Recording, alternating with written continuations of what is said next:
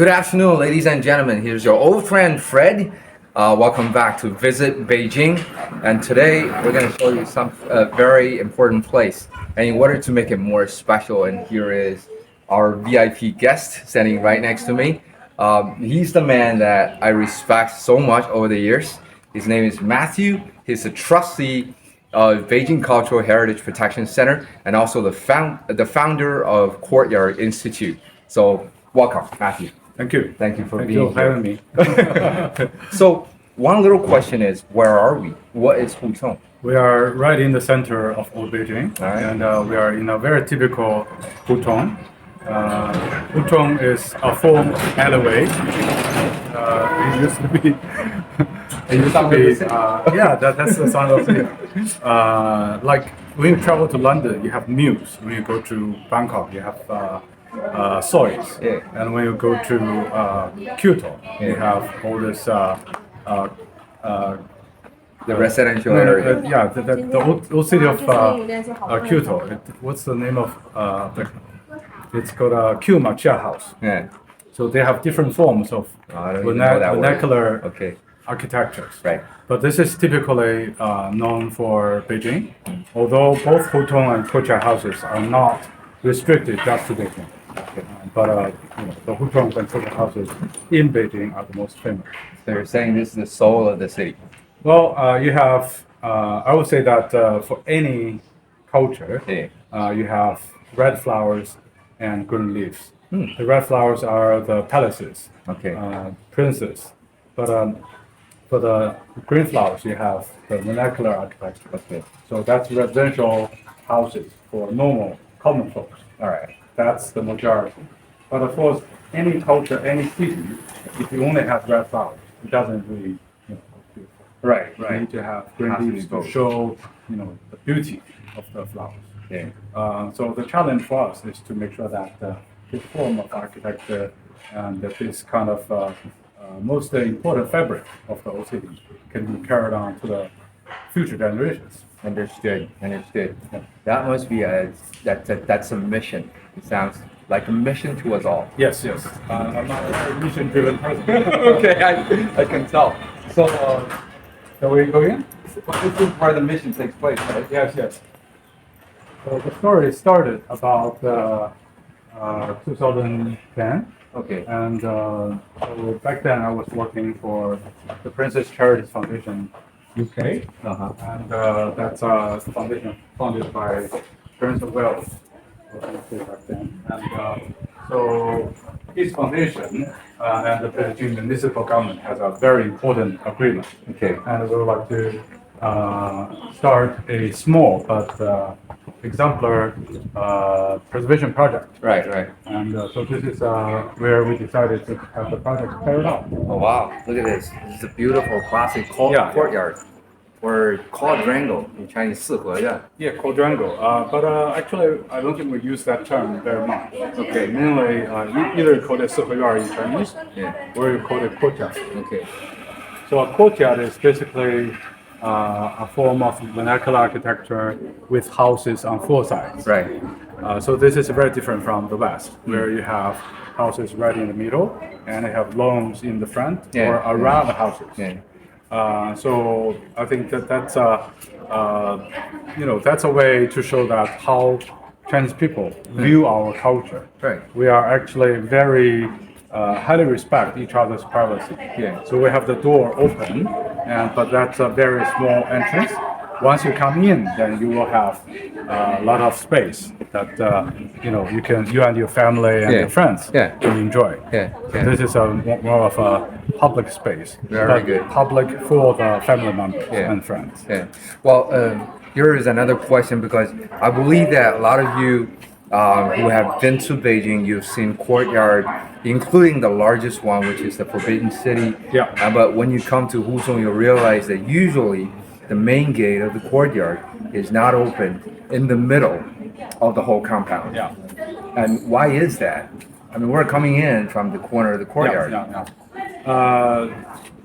All the courtyard houses, unless they were prince residents, Okay. most of the courtyard houses open their doors on a corner. Okay. So not right in the middle. most of the most important reason was because of privacy, as I mentioned. So when you open the door, you don't really look into your neighbor's house. And so the houses on the north of the Hutong, south of the Hutong, normally not facing directly with each other. So you don't see the whole thing through. Yeah. So that's also a feng shui theory. Feng shui theory. Yeah. That must be popular to you guys. So if the courtyard house is facing north, then all the courtyard gates open on the northwest corner. Right. If it's facing south, then it's on the southeast corner. Oh. But of course, with the city developed, Hutongs changed from east-west orientation to various directions. But because Beijing is very much like Manhattan, actually, unlike London is very winding, follow all the canals, rivers, so it's not really regular. But Beijing was planned and built on a flat piece of land. Right. So it's more like a chessboard. So with most of the avenues running northeast, and most of the hutongs running east-west. So later, as the city expanded and developed, started to have winding hutongs. Some of them are even diagonal, but the diagonal hutongs are very small in number. Maybe only, I can't think of more than 10, in fact. But there are. There are, Just very small number. Yeah, out of the 1,000 hutongs still left in Beijing, I think that's a very small percentage. So there are still 1,000 hutongs that are preserved left in Beijing. Yes, that's still a quite high percentage and high coverage. About 20 square kilometers of the old town covered with hutongs. That's quite big. So here comes my question. Yes. Knowing that this is our mission Yes. to carry on to inherit the culture of Hutong, how are we going to make sure that those 1,000 Hutong will remain permanently? That's a very, very difficult to answer. Mainly because there are many issues, related to the Hutong. When you do heritage preservation, you have term called the stakeholders. So the stakeholders for Hutong preservation it's too complicated.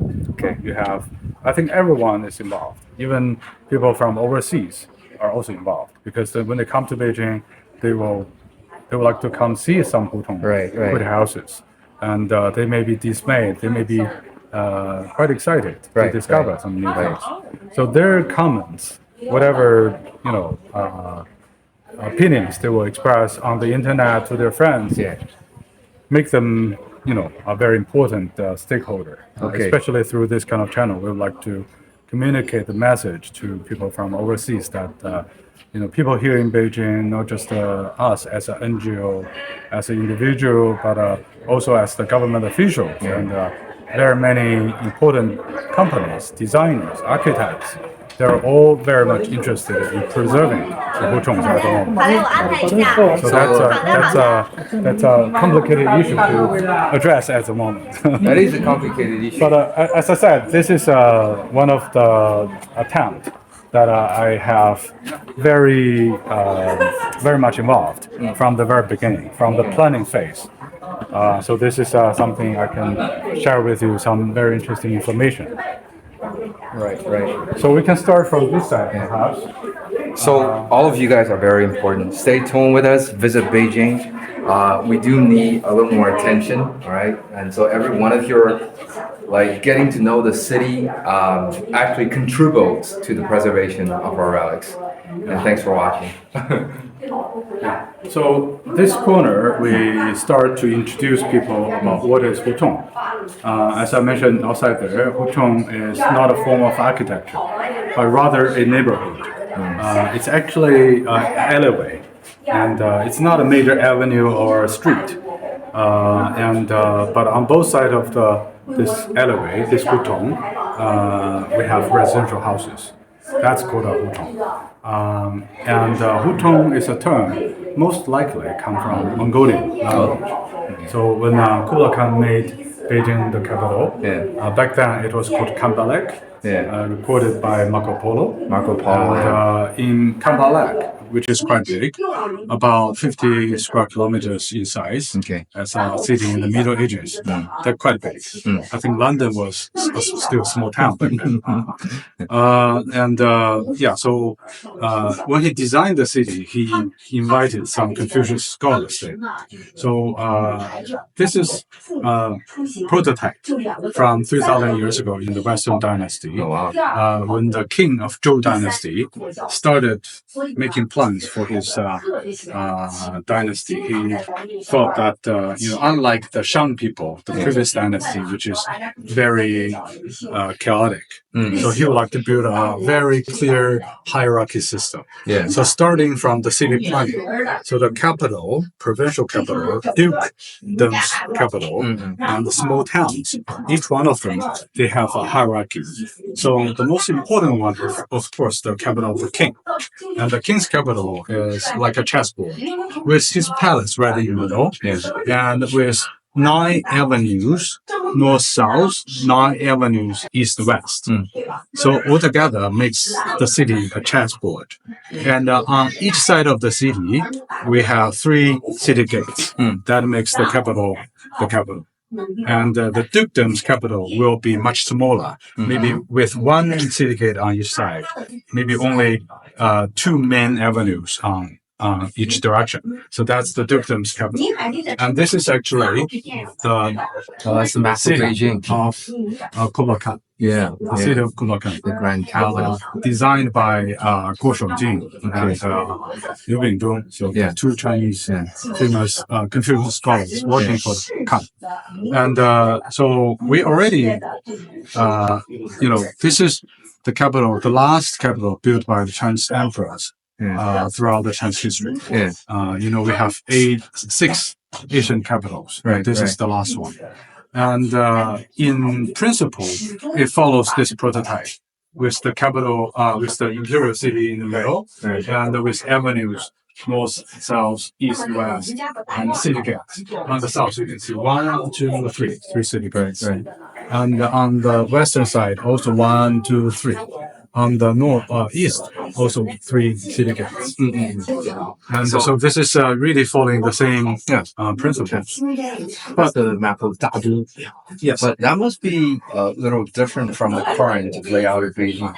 Quite similar. Actually, we are somewhere here, somewhere in this area.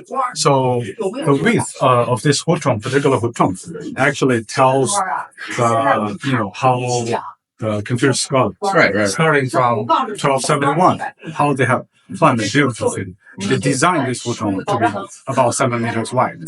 7 to 9 meters wide. But if you look at over here, here's a photo of Manhattan. Yeah, it is Manhattan. Why we have a photo of Manhattan here? Because in 1990s, I think people were still challenging the fact that we should preserve the entire old city. Some people, and they consider the city is very backward. We have lots of problems. Right. So in summer, when it rains, some houses might collapse. People may be hurt. And in winter, it's very cold, so people will use stoves, and these stoves will produce, carbon dioxide. Yeah. So that's poison. So I was poisoned quite a few times when I was in the Hutongs. But so people were saying that why should we preserve this Hutong?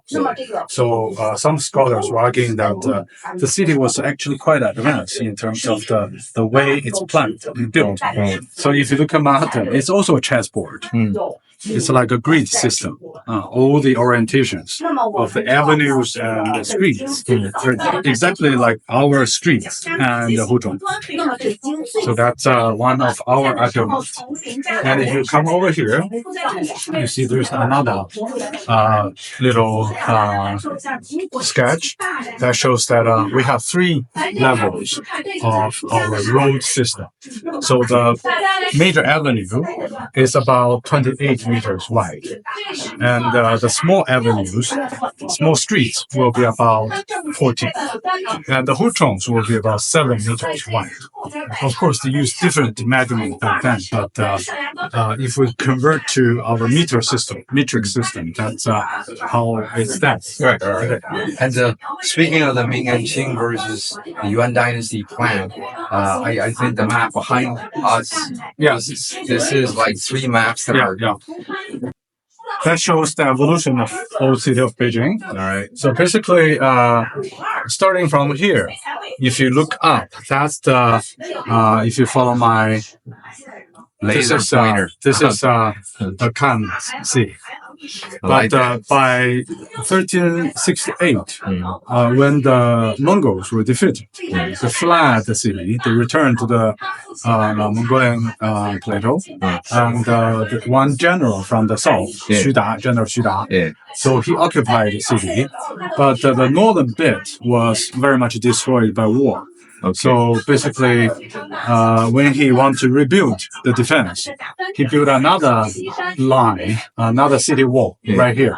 So make the city smaller. So easy to defend, easy to manage, since it's not the capital anymore. The capital of the Ming Dynasty started in Nanjing. And so by 1420, the third emperor of the Ming Dynasty, Zhu Di, he decided to move the capital. Well, actually, he kept the south capital, but he made this place called Beijing, that time, Northern Peace, into the second capital.